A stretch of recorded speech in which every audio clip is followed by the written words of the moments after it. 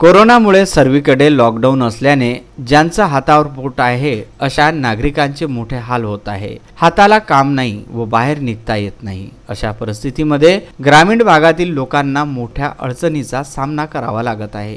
गावातील माजी सरपंच दारासिंग राठोड यांनी आपल्या मित्रांच्या मदतीने गावातील प्रत्येकाच्या घरी किराणा जाईल अशी व्यवस्था करून 300 कुटुंबियांना प्रत्येकाच्या घराजवळ जाऊन किराण्याचे वाटप केले। त्यामुळे गावातील मजुरी करणाऱ्या लोकांना थोडाफार का होईना परंतु दिलासा मिळाला आहे।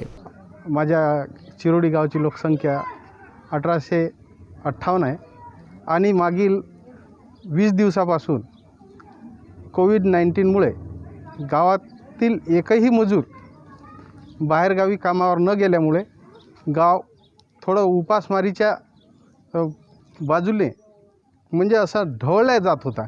त्यामुळे मनात असा विचार आला की गावातील 300 कुटुंबांना आपण मदत म्हणून धान्य आणि किराणा वाटप करावा।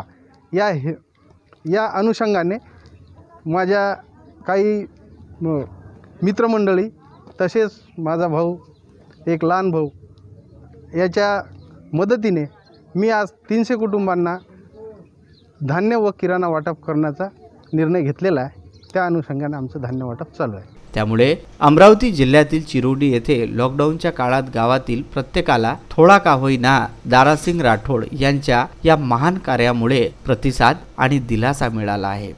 विदर्भ न्यूज करिता अमरावती येथून शफीक अहमद यांचा हा वृत्तांत।